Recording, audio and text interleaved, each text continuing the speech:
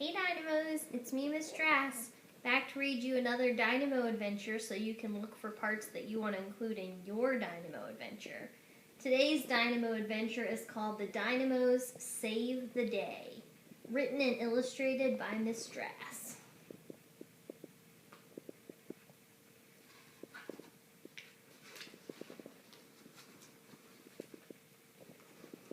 One day in October, the Dynamos were at school using their globes to study the world. "These plastic globes are pretty lame," said Nick.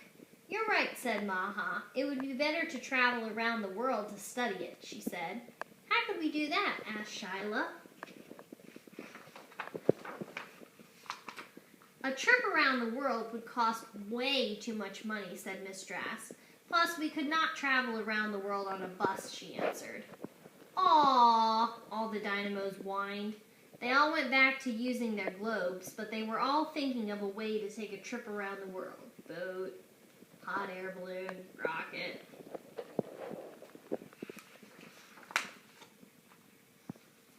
The next day, two amazing things happened. Someone brought a real airplane to school. Is that an airplane in the parking lot?" That someone was Mr. Pyzik. The plane was full of supplies for Mr. Pyzik's trip to Hawaii. Secondly, someone robbed the Treasury building in Washington, D.C. and got away with everything. The police could not seem to find the robber, so they asked for help. Anyone who caught the robber would be rewarded with $24 million. "This is our chance, Miss Strass," yelled Azora. "Let's steal Mr. Pyzik's plane, catch the robber, and use the money to take our trip."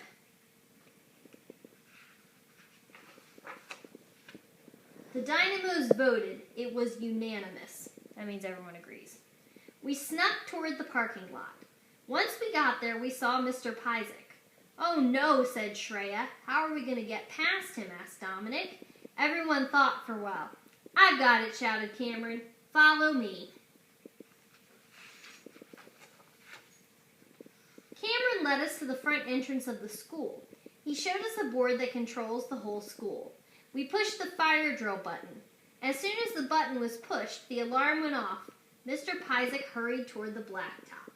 "Great idea, Cameron. This should get our friend Mr. Pyzik to move."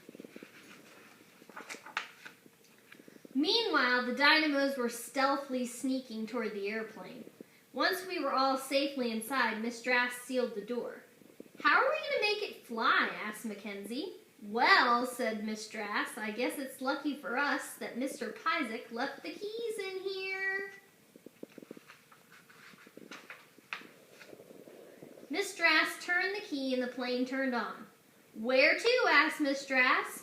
"Well, since the robbery happened in D.C., that seems like the smartest place to start," said Rachel.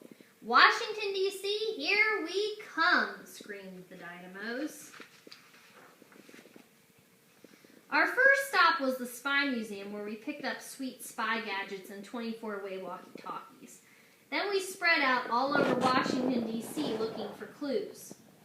"Nothing up here. The White House is clear. Let's check the Treasury building." Soon we got a message from Elena and Madison. All of the stolen money was marked with a red stripe, they said.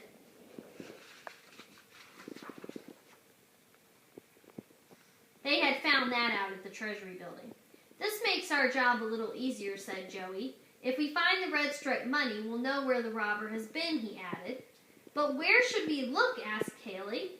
"I know," yelled Nick. Nick led us straight to the airport. "What are we doing here?" asked Cameron. "If you robbed a huge Treasury building and everyone was looking for you, would you stay?" asked Kaylin.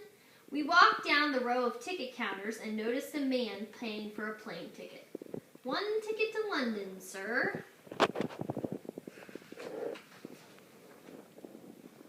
"With red striped money." "That's him!" yelled Ore. He grabbed his ticket and jumped onto a plane headed to London, England, just as the doors shut. The Dynamos ran for their plane, too. Since we needed to get to London fast, Prince Melvin of Bubbletopia drove. "Oh no, we're too late. Enjoy your flight." In London, we spread out and searched for clues. London was such a big city, we never thought we'd find him. But luckily, Chris and Connor had been at the Tower of London when someone decided to steal the crown jewels.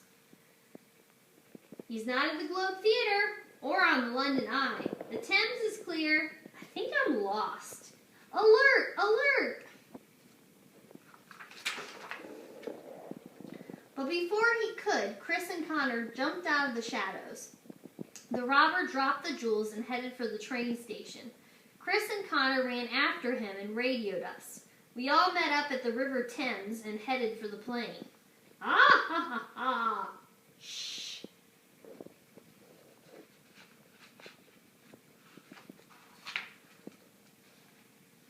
Meanwhile, Chris and Connor had snuck on a train to Paris and were watching the robber's every move. He was busy on his cell phone getting directions to the Eiffel Tower. Prince Melvin, flies to the Eiffel Tower and step on it, yelled Karthik. Boy, did that robber get a surprise when he stepped off the elevator at the top of the Eiffel Tower. Hello again, said Jasmine. The robber took one look at us, ran toward an opening next to Dominic, and jumped off the side of the tower.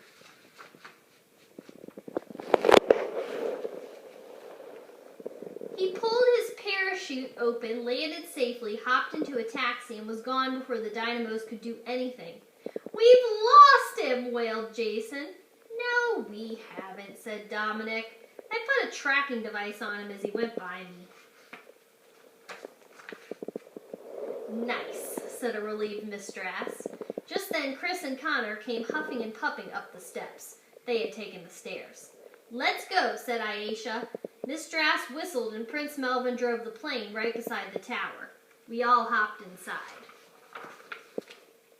We followed the robber to Switzerland next, where he climbed the Alps to try and get away from us. When he reached the top, we were waiting. Just leave me alone, he yelled as he skied down the other side. No, thank you, said Azrael as the Dynamos followed. Next, we followed him to Egypt. He rented the last boat on the Nile and floated away laughing.